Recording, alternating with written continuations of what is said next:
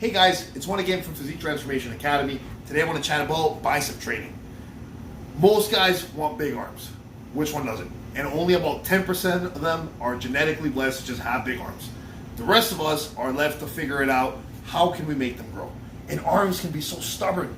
Sometimes we think that when training, if our arms are not growing or they're not the size we want them to be, well, you just train them more. If you're doing 8 sets, you want to do 12 sets. If you're training them once a week, train them 3 times a week.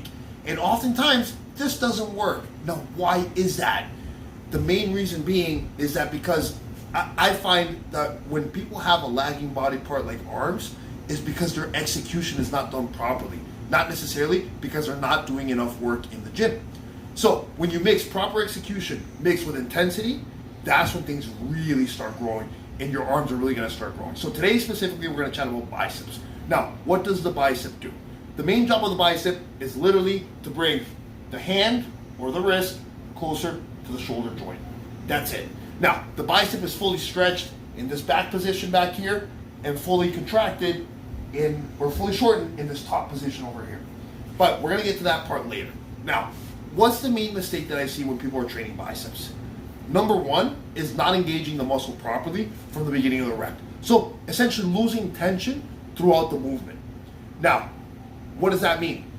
A lot of people will start with kind of like a fast like that. And what that means is when they try to get the weight up, let's say with a dumbbell, when you start jerking like that, that's a lot of front delt or a lot of shoulder. So that's not necessarily your bicep putting in that work. So they'll do this and then they'll catch it up here and they'll come back down fast. And they'll do this. They're swinging their arms up and down. Now, in order to properly target the bicep, what you want to do is you want to create stability. We want to stabilize things from the lat, the traps, the rhomboids, and the shoulder. So you lock things down. Then, the main purpose of it is now going to become, I'm going to bring that hand up. And I'm going to squeeze the bicep as hard as I can and slowly go down. Stop for a second while keeping tension on the bicep. Turn the bicep on, contract. Nice and slow. Turn the bicep on, contract. Nice and slow. Then you keep doing that over and over again until you reach failure. Now, I'm going to show you guys a dumbbell curl. On a dumbbell curl, this is what it looks like. Full stretch, contract, shorten. Now, oftentimes you'll see guys do dumbbell curls like this. And they'll bring it up. Now, what's wrong with that? The main thing that's wrong with that is going to be that you are swinging the elbow forward.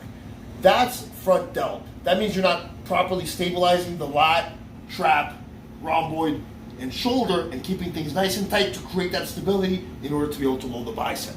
Now, the other thing that happens too, when you swing that arm forward, now you're bringing that dumbbell or that load closer to your center of gravity. And now you're stacking the joints on top of each other. With a dumbbell, what's it essentially doing? Gravity is going to be the main opposing force to that. And if you're getting closer to your center of gravity, now you're stacking the joints on top of each other, now you're not keeping that tension on the bicep, and you're losing all the tension when you come up here. So if you're using something like a dumbbell or a barbell, the goal is not curl up in towards you and move the elbow forward, is going to be stabilize that and curl up towards the sky as hard as you can while squeezing and contracting that bicep. This is the end position, not here. Wrist position is also important because if you cock the wrist in, again, now you're stacking the joints on top of each other. You want to leave that load kind of slightly in front of you and contract. So, instead of this, swinging and driving the elbow forward, I stabilize everything in the back, turn the bicep on, contract, curl up almost, squeeze. Nice and slow, stretch, contract. Slow, stretch, contract. Now, what happens? How can we overcome the fact that gravity is the opposing force to that dumbbell and we're so only limited with that range of motion? Let's see this next exercise. This is where a cable curl can come in handy because with cables, you don't lose that tension. So now, I can still stabilize everything, contract, come up, shorten, but I can even keep coming up and I'm not losing that tension. Nice and slow. Stop, contract.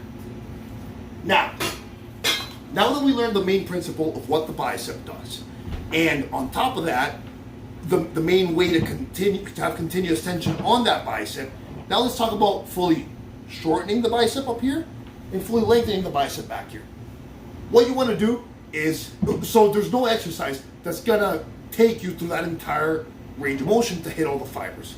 So within a training week, it doesn't even have to be within a session, you want to make sure you're taxing those fibers. So for example, you focus on exercises that are going to keep your elbows forward in that same stability, like a preacher curl, and you're going to be focused on really shortening the bicep there, and then you can do something like an incline curl later on in the workout or later on in the week, where now you're sitting on a bench, elbows behind you, and now you're curling back here.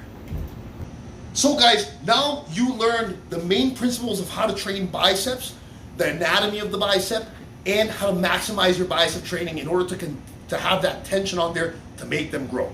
You mix proper execution with taking things to failure, with intense training and proper recovery, and your biceps are not only going to get stronger, but they're going to get a lot bigger if you're keeping things like rest and nutrition on point. If you guys have any questions at all, please never hesitate to reach out to me at physiqueacademy@gmail.com or just through Instagram, through a DM. Feel free to message me, and I'd love to be able to help you out. It's free.